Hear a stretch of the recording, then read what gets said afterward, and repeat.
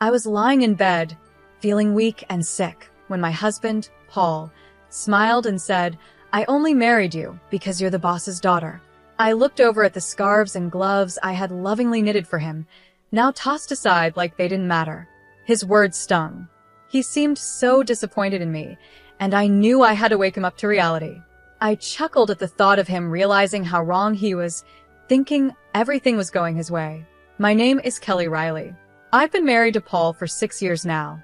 We don't have any children, but we've been living happily together. Paul works a lot and is often away from home. Sometimes I feel lonely, but he always makes an effort to spend time with me on his days off, which helps me manage the loneliness. I met Paul through my father, who was his boss at the time. After we got married, Paul suggested that I become a stay-at-home wife. It seemed like a good idea to me, and I had plenty of time for myself. While supporting Paul, I started making friends with the neighbors, doing some exercise, and taking up sewing. I tried different things to fill my time, but sewing and knitting became my favorite hobbies.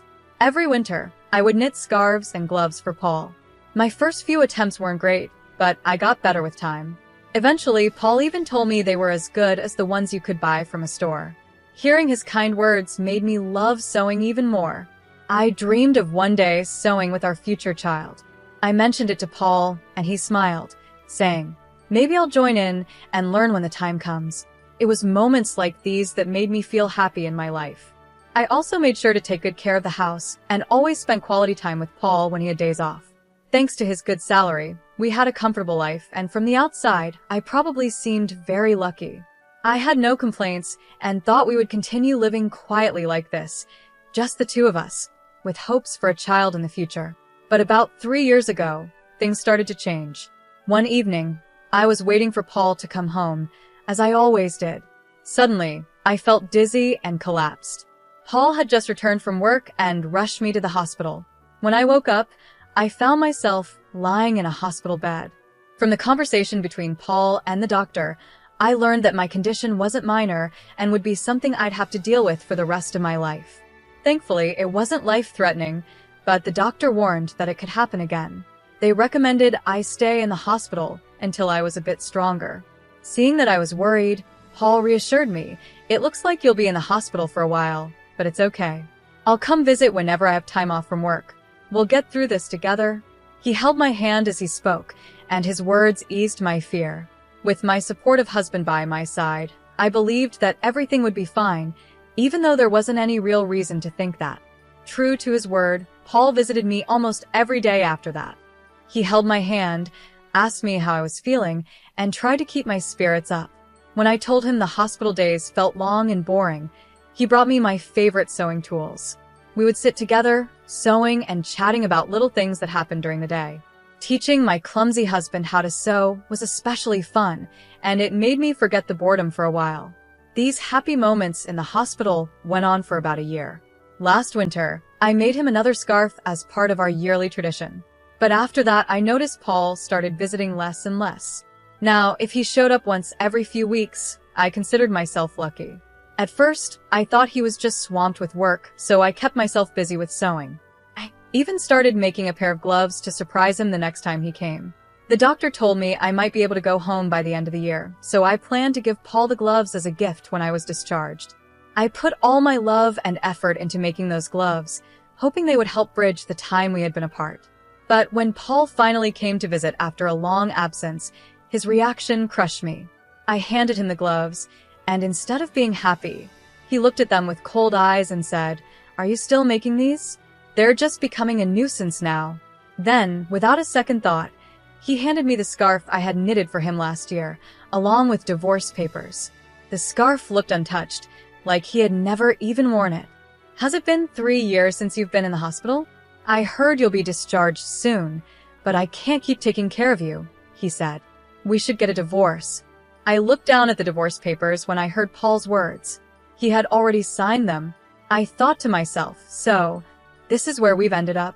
To be honest, ever since he stopped visiting me regularly, I had considered the possibility of divorce more than once. I tried to push those thoughts away, convincing myself that he was just busy with work. But deep down, I knew better. The Paul the first knew would never ignore me, no matter how much work he had. If his job had really gotten busier, he would have told me. When he started disappearing without any explanation, I had a feeling this was coming. That's why, when I asked him why he wanted a divorce, I wasn't as upset as I thought I'd be. I wasn't trying to hold on to him. I knew I had probably become a burden to him. If the kind Paul the First used to know was now asking for a divorce, I figured I didn't really have a choice. But I was still curious. He had once promised we'd get through this together, so I wanted to know why he had changed his mind. When I asked, Paul responded, "Isn't it obvious? Ever since I married you, all I've had are problems. I'm sick of the scarves and gloves you give me every year. I only married you because you're the boss's daughter. How can I be expected to deal with you being sick on top of everything else?" He laughed in a way that felt like he was mocking me. It was as if all the joy I had found in our life together, all the talks we had about love, happiness, and loneliness, meant nothing to him. He made it clear that he thought I was a fool for believing in those things. He continued, "Who even wears a handmade scarf anymore without feeling embarrassed? Getting gifts like that is just annoying." As I listened to him, I glanced at his neck and noticed a high-end scarf I didn't remember giving him. Compared to the scarves I made for him, this one was obviously of much better quality. There was no point in comparing mine to that one. It made me wonder if he had ever actually worn any of the things I made for him. He must have hated them all along, and I just never realized it. After I was hospitalized, my father retired from the company shortly after. That meant Paul no longer had to pretend to care about me to stay in my father's good graces. Plus, having a sick wife might have been a convenient excuse for him at work. In the first year of my illness, he made a big show of visiting me whenever he could, balancing work and showing concern for me. I could easily imagine my father, before he retired, praising Paul at work, saying how hardworking he was while also taking care of his sick wife. Paul had built this image of being a caring husband, and his co-workers respected him for it. But now, it seemed that once my father retired, Paul didn't see any value in me anymore. The part of me that had once been useful to him had been realized, and now he no longer needed me. When I shared my thoughts, feeling sick inside, my husband looked surprised. Then he casually admitted, "Well, it did make work easier. When I mentioned you, everyone felt sorry for me and treated me well.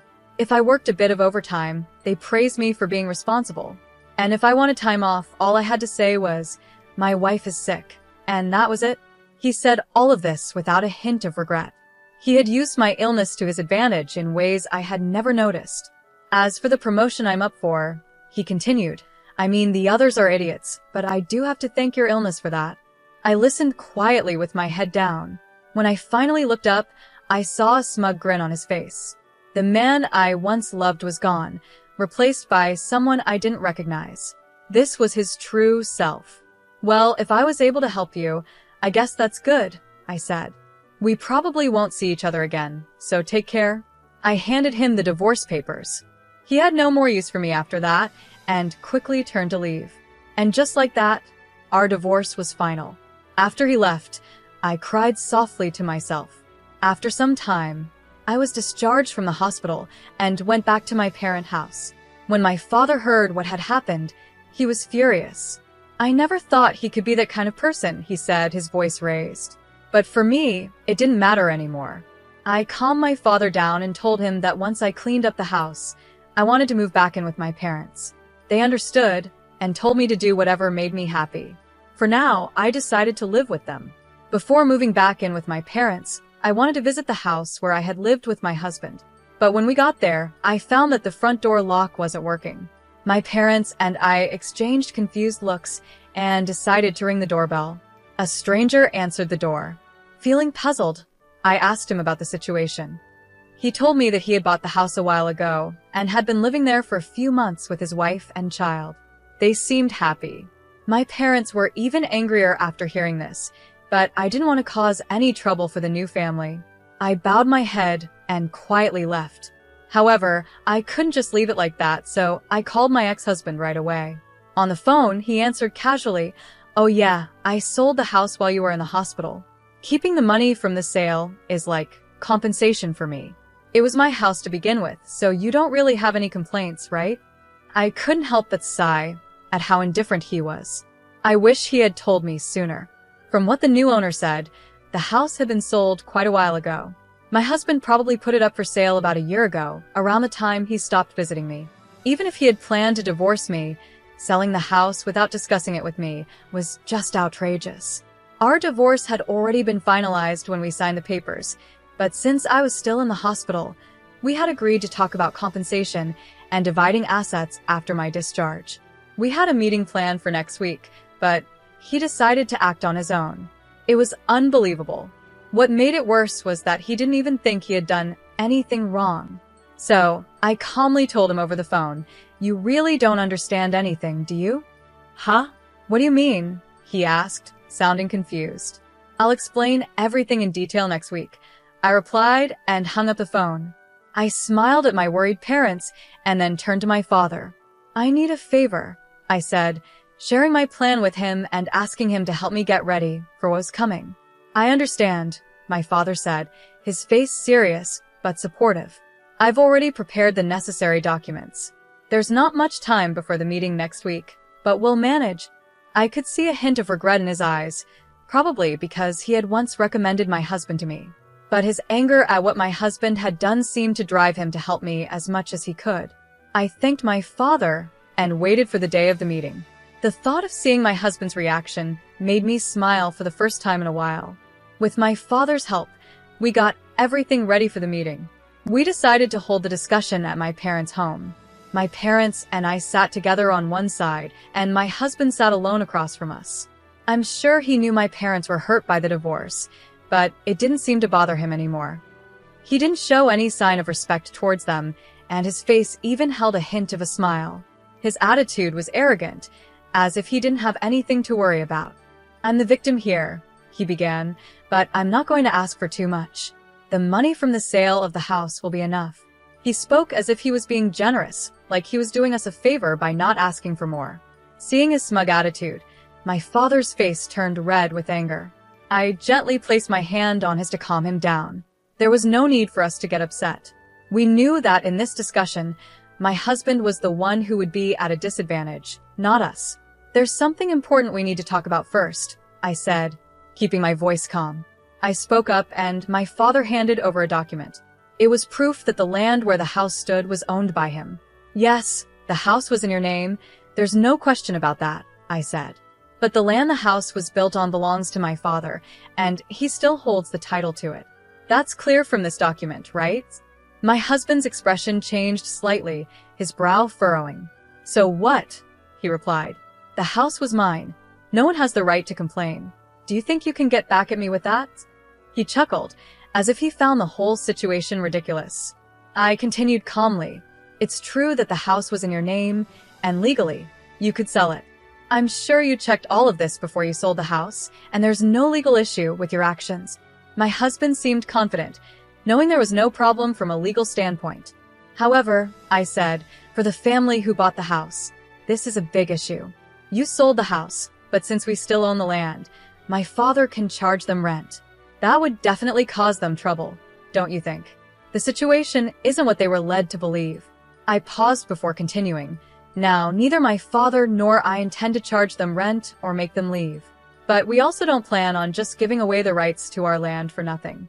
In that case, we would sell the land to the family. We wouldn't demand monthly rent, but it would be a problem for us if they didn't buy the land. My father gifted that land to us to live on, not for it to be handed over to strangers." I added, "And if they don't buy it, the family could sue you." As I said, the deal wasn't what they expected. Can you imagine their frustration? They thought they were buying their dream home, only to find out the land isn't theirs, and they now have more expenses. After we obtained proof of my father's ownership of the land, we went straight to the new family and explained the situation. Thankfully, they understood and agreed that if there was any trouble, it was the seller's responsibility.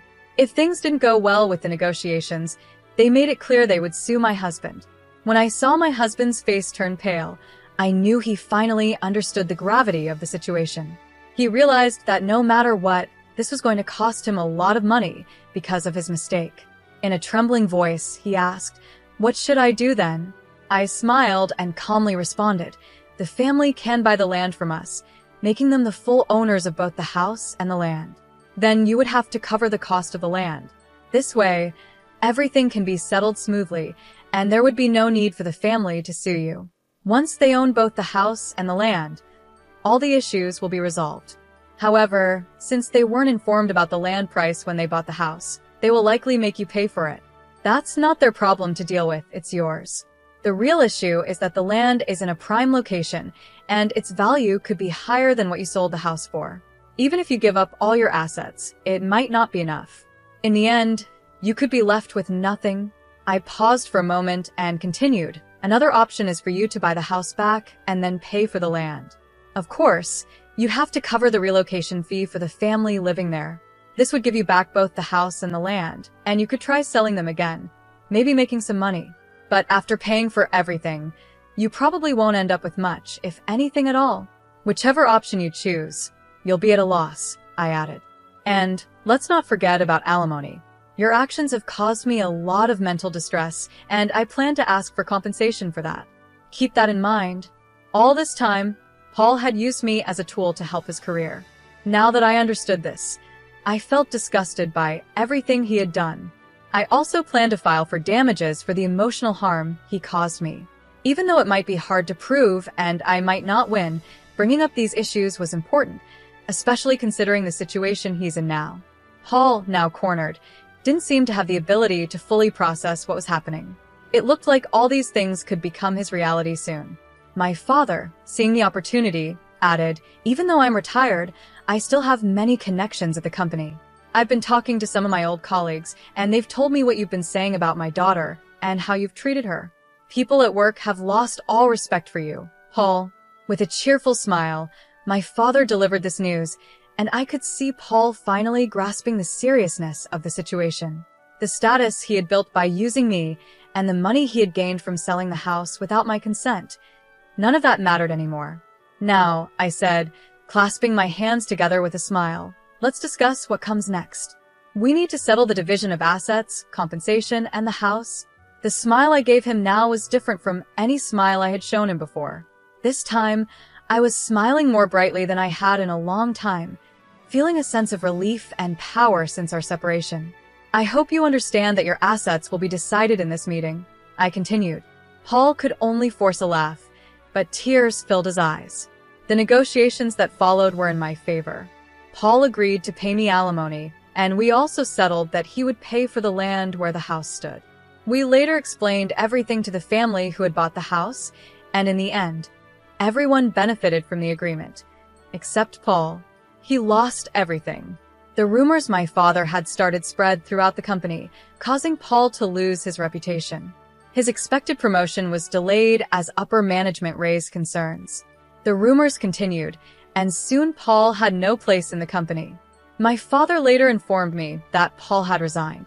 I guess you could call it karma. Things gained through using others can disappear just as easily when someone decides to take action. As for me, I'm now living with my parents and running a sewing class. While my classes aren't packed, I've managed to earn a decent income thanks to the support of neighborhood women and children who attend. Even though I never had the chance to sew with my own children like I once dreamed of, I've realized that sharing what I love with others brings me real happiness.